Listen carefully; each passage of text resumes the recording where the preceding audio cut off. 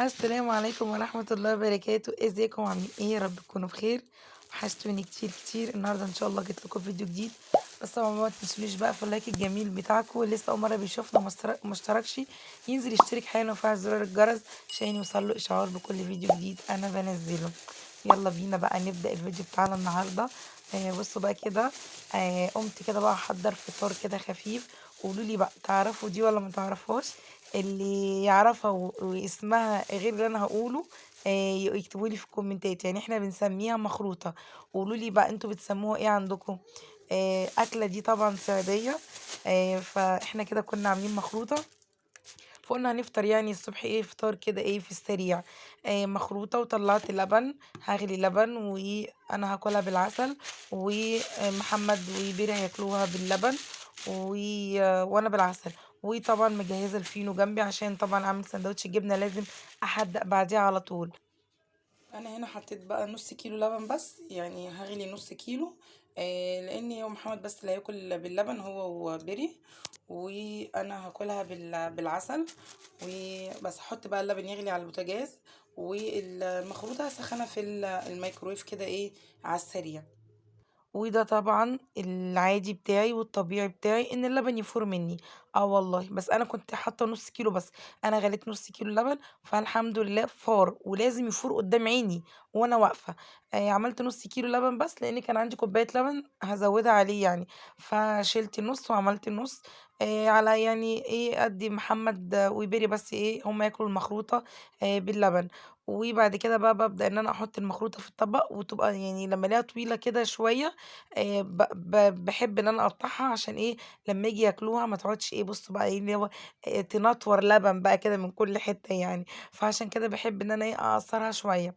فطبعًا المخروطة المفروض يعني في الوقت ده بقى أنا زي ما قُلت لكم أنا سخّنتها كده في الكيس زي ما هو ده كده. سخّنته في الميكروويف يعني. أخدته كده زي ما هو وسخّنته في الميكروويف. فطبعًا المخروطة هنا كانت سخنة. فالمفروض بقى نحُط عليها السمنة.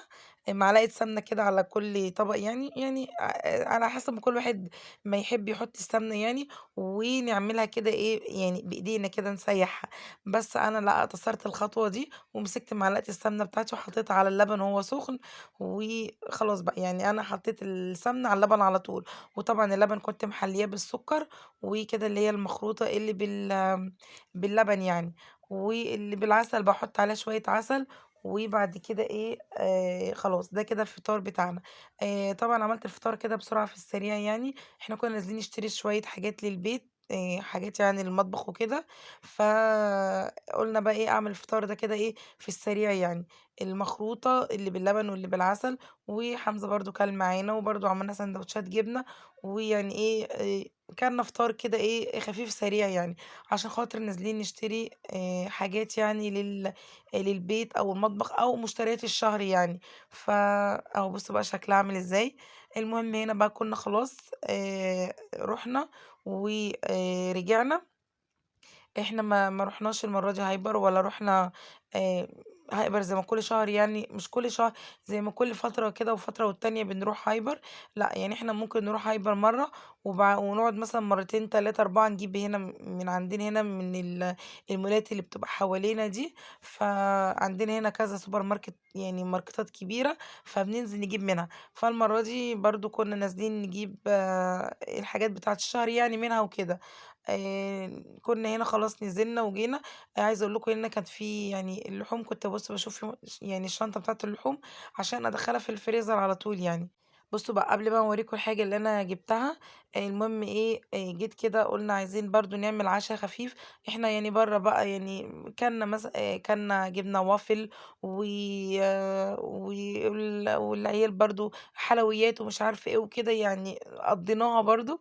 فقُلنا إيه خلاص بقى نعمل عشا خفيف سريع كده بصراحة. أنا برضه كنت جايبة nuggets وجايبة حاجات يعني في حاجات شهر هتشوفوها معايا. بس وكنت ناوية إن أنا أعمل حاجة منهم العشا. بس لأ، يعني محمد قال لأ خلاص اعملي لنا اللي هي الساندوتشات دي. بُصّوا أنا باجيب العيش البلدي كده. يعني اللي هو بديل البيتزا أو البيتزا البلدي بتاعتنا. يعني باجيب بقى الرغيف البلدي كده. لمّا بيكون عندي يعني العيش البلدي فباعمل بصراحة الأكلة دي. باجيب كده العيش بتاعي وابدا ان انا افتحه واحشيه بقى من جوه جبنه رومي، لانشون، جبنه شيدر، جبنه فلامنك اللي موجود بقى بصراحه. وبعد كده باحط في الميكرويف عشان الجبن اللي من جوه دي تسيح، وبيبقى طعمه يا جماعه خطير وهم تحفه. الجبنه الرومي دي كده لما بتسيح بتبقى طعمها حلو قوي. فقلنا نعمل العشاء الخفيف ده. في طبق اللانشون ده كان عندي قبل كده، وطبق الرومي ده كان عندي قبل كده. الجداد اللي احنا لسه جايبينهم يعني طبعا عليهم فتحته، مش قلت اخلص القديم ده الاول. انما طبق الجبنه الشيدر اللي تحت طبق الرومي ده احنا جايبينه برضو من ضمن المشتريات. بس عايزه اقول لكم وحشه جدا جدا جدا. اولا طعمها ما كانش حلو، ثانيا ما صحتش خالص خالص خالص. عايزه ان انت تولعي فيها شخصيا. والله بجد عشان تسيح ما صحتش. يعني انت هتشوفوا في الاخر الجبنه الرومي هي اللي ساحت ودت الطعم الجميل للساندوتش، انما هي لا مسحتش، بتقع برضو من الساندوتش حتى بعد ما دخلناها الميكرويف يعني. لا بجد وحشه قوي. عايزه تتحطي هتعملي بشاميل او حاجه تحطيها كده جواه كده اللي هو تسيح بقى كده مع السخونيه كمان يعني، ولو ده لو ساحت كمان. فبجد وحشه قوي. الطبق كان عامل 20 جنيه. فلا بجد كانت وحشه يعني. فعملتها كده في الساندوتشات يعني عرفنا بقى انها وحشه. فبرضه يعني مش هكررها تاني، مش هجيبها تاني يعني لو لقيتها قدامي. لا بصراحه مش هجيبها تاني، ما عجبتنيش. بس كده دي السندوتشات عملتها.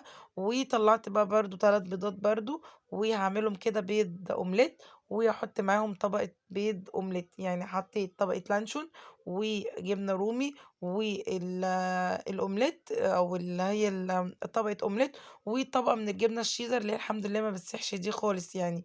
هو حد يجيبها خالص مش حلوة. فاهو ده البيض كده الاومليت عملته كده عملته كده. اسمه ايه؟ قرص كده، شكل قرص كده يعني على قد الرغيف والله بالظبط. هو طلع على قد الرغيف يعني. وحطيته كده، دول كانوا حوالي 3 بيضات، مش فاكرة بيضتين ولا 3 يعني.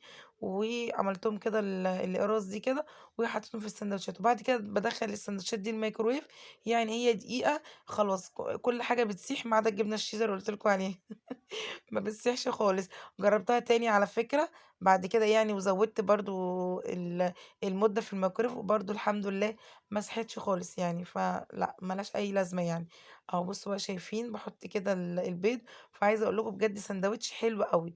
يعني بصوا بيتزا بقى، بيتزا بلدي بتاعتنا كده. كل مكونات البيتزا. عايزه بقى تحطي طماطم معاهم، عايزه تحطي فلفل براحتك خالص. بس انا استكفيت بدول بس. وقسمتهم كده على الطبقين دول كده، ودخلتهم الميكرويف على طول بالاطباق دي يعني. طبعا بتخش الميكرويف عادي. بصوا اهي طبعا العيش كان سخن مولع جدا. والجبنه برضو ما سحتش، هي على وضعها. هي مصممه انها ما تسحش. ده كان اول طبق، وده كان تاني طبق، وكده كان العشاء بتاعنا. كان خفيف جدا وسهل جدا والحمد لله شبعنا. تعالوا بقى نشوف الحاجات اللي احنا اشتريناها النهارده. بصوا بقى دي الحاجات اللي احنا جبناها. احنا جبناها من 3 اماكن مختلفة، من 3 تمام. جبنا من ماركت هنا في اكتوبر اسمه رايا.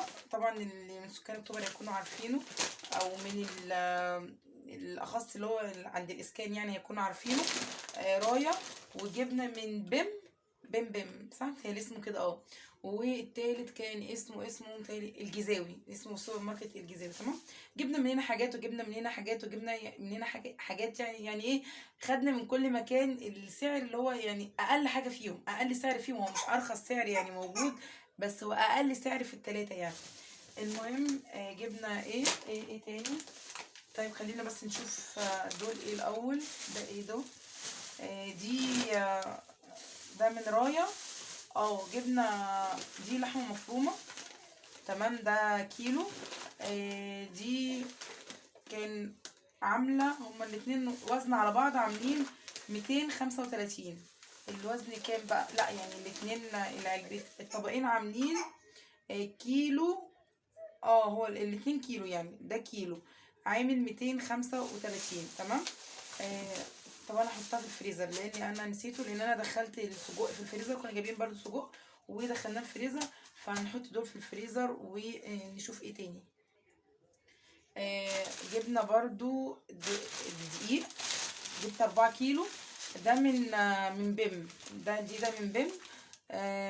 اسمه مش عارفه اسمه ايه افسان ده، مش اسمه غريب قوي. المهم ده كان الكيلو فيه عامل 19 جنيه يعني، فجبنا منه 4 كيلو. نشوف بس خلي الريسيت معانا. المهم يعني هيطلع عينينا، لان ايه هما طبعا كل ريسيت فيه حاجات مختلفة. المهم انا هقول لكم على الحاجات اللي انا فاكراها يعني. جبنا برضو مكرونات. دي مكرونة اسمها رويال، الكيلو فيها كام؟ ب20 جنيه. جبنا منها 2 قلم. القلم اهو، دول 2 كده قلم. وجبنا من، انا يعني بص انا عايزه اقول لكم المكرونه دي كانت من رايه، لان ما لقيناش في بيم من النوع ده، ما لقيناش منه قلم، فجبنا الاثنين دول من رايه. تمام، ده كان الكيلو عامل 20 جنيه. جبنا بقى من اللي هو بيم، جبت مكرونه ستار. عايزه اقول لكم بقى يعني على ما اعتقد ان الحاجات دي اغلبيتها او تقريبا كلها مصري، يعني في ظل المقاطعه او كده، فالشراء صعب قوي. الشراء صعب اللي انت تشوفي ده مصري ولا مقاطعه ولا. فبصراحه كان الموضوع صعب بالنسبه لنا المره دي، فطولنا قوي عقبال ما عرفنا. بس اكيد يعني ستار دي مصريه، اكيد مصريه يعني. فكان ده الوزن كيلو صافي كان برضو عامل 20 جنيه. فجبنا منها اللي هي الصغيرة دي، وجبنا منها اللي هي المقصوصة. تمام، وجبنا اللي هي الاسباجيتي. جبنا اسباجيتي 4، احنا بنحب اكتر نوع الاسباجيتي. جبنا منه 4 كيلو. تمام اهم، دول كده من ستار. طبعا جبنا مكرونات، انا طبعا مخلصه مكرونات. تعالوا كده ننزلهم دول عشان نشوف في ايه تاني. بصوا لسه كمان في اهو تاني من برضو المكرونه بتاعت ستار. جبنا شعريه، ده كيلو شعريه، وكيلو تاني من اللي هي المقصوصه دي، وكيلو من اللي هي بصوا اللي هي متنيه كده، ملويه، مش عارفه اسمها ايه يعني. جبنا منها ايه كيلو. جبنا برضو من ماركة بيم. جبنا الاربعة دول تونة، 2 دول نوع ماريو. بس عايزه اقول لكم هي غاليه عنده بصراحه، فمش عارفه بقى هايبر نفس السعر، احنا كنا جايبينها من هايبر رخيصه بصراحه. فيعني احنا ما رحناش بقى هايبر المره دي، بس ان شاء الله نروحوا ايه الشهر الجاي يعني. وجبنا 2 توليدو. يعني توليدو برضو على ما اعتقد مصريه. بصوا يعني انتوا ايه بقى، لو في اي حاجه في الحاجات دي مش مصريه برضو عرفها لنا، عشان ايه لو الشهر الجاي ان شاء الله باذن الله جبنا حاجات نبقى عارفين. فجبت توليدو، وجبنا ماريو دي. بصوا بقى اللي هي التوليدو دي كانت عامله الواحده، لا الواحده عامله 24 جنيه. اللي هي التوليدو الواحدة عاملة 24 جنيه، واللي هي الماريو عاملة 23 جنيه. لا بصوا بالقروش بقى، يعني دي عاملة 25 دي عاملة 24، هو فرق بينهم جنيه بس. فالفرق بينهم طبعا مش كتير، بس طبعا ايه مش عارفة برضو سعرها كده غالي ولا رخيص. المهم جبنا الأربعة دول برضو ايه يمشونا كده الشهر ده. جبنا كمان ازازة الزيت دي، ده زيت اسمه سولي المهم ده زيت الازازه دي 2 لتر و200، 2 لتر و200. تمام عامله كام بقى ازازه الزيت دي؟ عامله 138 139 جنيه. يعني الازازه دي ال2 لتر دول عاملين 139 جنيه. جبنا كمان جبنا ايه كمان جبنا بصوا السمنه دي جنه. دي حاجه جديده يعني، عاملينها كيلو ونص بطعم الزبده النيوزيلندي. دي اول مره نجربها، هي لسه جديده. تمام جبنا العلبه دي كانت عامله 123. العلبه دي كيلو ونص عامله 123. يعني نعم برضو الاسعار غاليه شويه، بس هي عامه تقريبا كده الاسعار غاليه يعني ايه في كل حته يعني. ف يلا الحمد لله. جبنا ايه كمان؟ جبنا بصوا جبت البرجر ده من المراعي 25 قطعة. ده كان عليه عرض، كان عامل استنوا البرجر كان من، على ما اعتقد كان من الجزاوي. اه كان من، لا الجزاوي هو ده. البرجر كان عامل ها كان عامل برضه صدقوا نفس موضوع هايبر برضه، كان عامل 85 جنيه. البرجر ده كان 25 قطعة عامل 85 جنيه. بنجيبه يعني بنجربه حلو. طبعا حلواني اخوان طبعا احلى، بس حلواني اخوان عامل 178 حاليا، فطبعا فرق كبير وكتير يعني. فجبنا ده حلو برضو، مش وحش يعني. الحاجات دي بصراحة بتنجزني يعني. أنا بصراحة بقيت أجيب الحاجات دي لأنها بتنجزني. لو جعانين، لو في أي حاجة، طبعا في ظل عمر، أيوه هو ده اللي هو عمال ينده. فالحاجات دي طبعا بتنجزني. جبنا بقى المرة دي من ماركة كده اسمها شيكيتاتا أو شيكيتيتا، مش عارفة. ده بانيه، ده الوزن بتاعها كيلو. فبرضو لسه دي أول مرة هنجربها. دي كانت عاملة، الشيكيتاتا دي كانت عاملة برضو حوالي حاجة و90 جنيه. يعني الشيكيتاتا دي الكيلو كان عامل فين. لا، الشيكيتاتا دي كانت عاملة 111 جنيه 95 قرش، كانت عاملة 112 جنيه. دي كان في منها الحار وكان في منها البارد، دي أول مرة نجربها. جبناها يعني نجربها. ده بانيه، فجبناها ان شاء الله ايه نجربها. انا بحب بقى الحاجات دي قوي قوي قوي. بحب انا بقى اللي هي الحاجات الجاهزه دي، اللي هو الستريبس، البانيه، الكوكي، الحاجات دي انا بحبها بصراحه يعني. فده كيلو، فحلو برضو بيكفيني. بعمل منه سندوتشات، بعمل منه كريب، بيبقى زي بتاع بره بالظبط يعني. فبجد حلو قوي قوي. جبنا ايه كمان؟ جبنا طبعا نوتيلا اللي عندي طبعا خلصت. فجبنا نوتيلا النوع ده اسمه جوتيلا. انا عارفه ان النوتيلا ذات نفسها الماركه الاصليه، البراند الاصلي ده مقاطعه. فده بقى التقليد، وكده كده احنا بنجيب التقليد اصلا يعني من قبل ما هو يبقى مقاطع، احنا كده كده مقاطعينه. فجبنا دي كانت عامله حوالي 99 جنيه. ده يعني كيلو تقريبا، او يعني كيلو الا، فكانت عامله 99 جنيه. فجبنا العلبه دي. جبت كمان، بصوا دي بقى اول مره اجربها.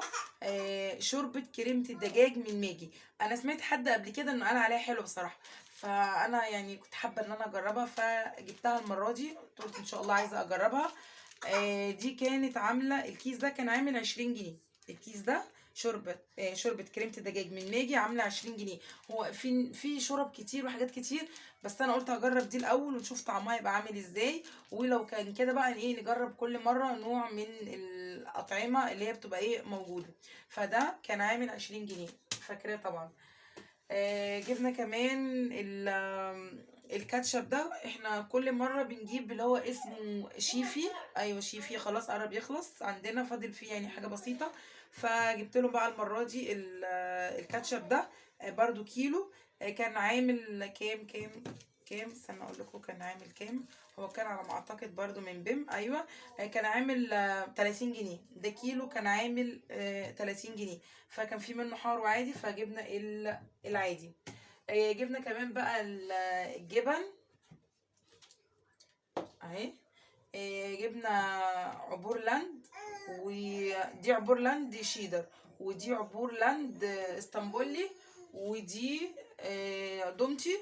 بس طبعا دي احنا فتحناها، الغطا ده مش بتاعها، الغطا ده بتاع رودس. فتحناها وعملت سندوتشات منها لحمزة. ودي دومتي شيدر، ودي دومتي رومي، تمام. جبنا يعني دول كل نص نص نص نص. كانت دومتي عامله، بصوا عايزه اقول لكم انا عندي واحده رودس اهي. بصوا واحده رودس من مشتريات، كنا شارينها دي من قيمه ممكن اسبوعين 3 حاجه زي كده، بس كنا جايبين علبتين.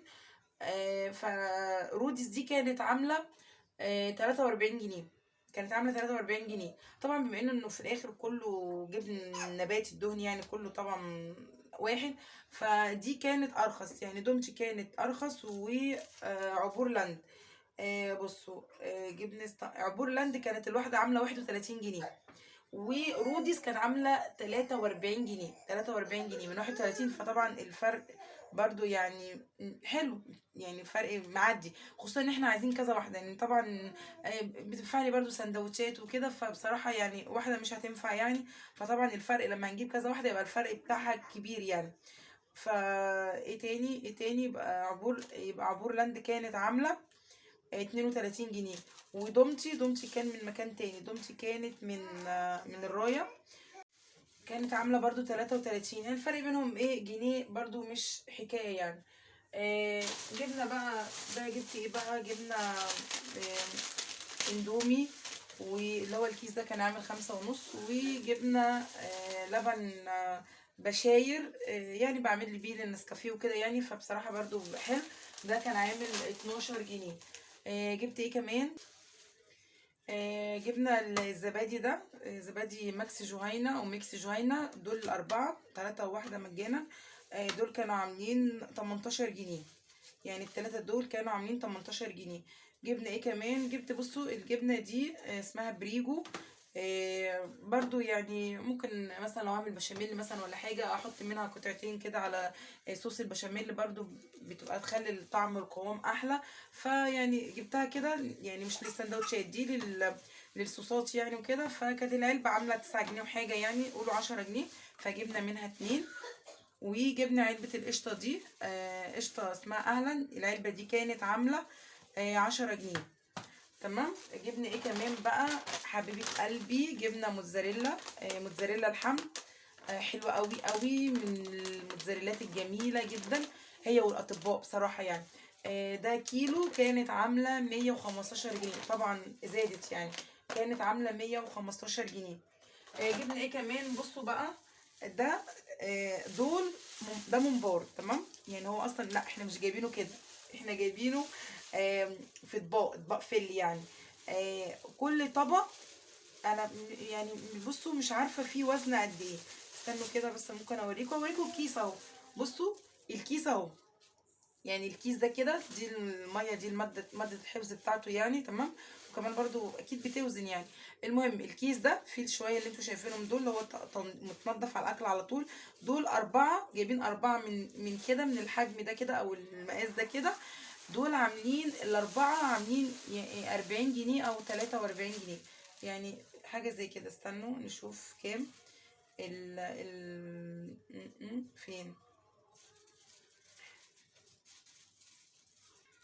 الاربعه دول عاملين 43 جنيه. يبقى 4 الممبار دول عاملين 43 جنيه. بس انا فضيتهم يعني، شلتهم من اطباق، يعني هم محطوطين في الكيس كده، وكل كيس محطوط في طبق في القد كده. فشلتهم بس، رميت الاطباق بتاعتهم وحطيتهم في الشنطه دي، وهشيلهم على الفريزر دلوقتي. فالدول الاربع اكياس دول عاملين، انا مش عارفه هم كاتبين الوزن ولا لا. لا هم مش كاتبين الوزن. عاملين استنوا برضو اما اتاكد لكم، هما 3 ولا 4. لا 3. 3 من دول 3، ايوه، لان لقيت في الريسيت مكتوب 3. التلاتة عاملين 43 جنيه. فجبناهم وقلنا برضو ايه نجربه كده كده. انا برضو ما بعملش يعني كميه ممبار كتيره، فجبنا التلاتة دول. كمان عايزه اقول لكم ان ده مش اندومي. انا برضو سمعت ان الاندومي مقاطعه، فده كيلوجز. ف يعني مش اندومي يعني. جبنا ايه بقى تاني، جبنا طبق رومي، طبق لانشون، طبق جبنه شيدر، طبق يعني مش عارفه يعني الاسعار بكام يعني، في حدود 20 25 30 جنيه كده يعني. جبنا الثلاث اطباق دول. وقلنا نجيب الحاجه دي يعني ايه، تمشينا كده لحد ما ان شاء الله نروح هايبر. انا بحب اروح هايبر جدا، بحب لما اروح هايبر، وبحس ان انا جبت حاجات بصراحه يعني. يعني دي حاجات والله، حاجات وحاجات جميله الحمد لله يعني. حاجات تكفيني وحاجات تقعد معايا. حاجات تعمل لي كذا اكله. عندي البانيه، البرجر المفروم، السجق. جبنا برضو طبقين كبده كده يعني. الحاجات دي كده تمشين. طبعا الدقيق طبعا لا غنى عنه. بس وعايزه اقول لكم ان الثلاث اماكن اللي احنا رحناهم دول ما لمحتش فيهم معلقه سكر. ما لمحتش معلقه سكر، مش عارفه ليه. يعني بس دي الحاجه بقى اللي احنا جبناها النهارده. وبس كده، ده كان الفيديو بتاعنا النهارده. فلو عجبكم الفيديو ما تنسوش بقى تعملوا لنا لايك وتشتركوا في القناه وتفعلوا زر الجرس عشان يوصلكوا كل فيديو جديد انا بنزله. واستنوني في فيديو جديد، ومع السلامه.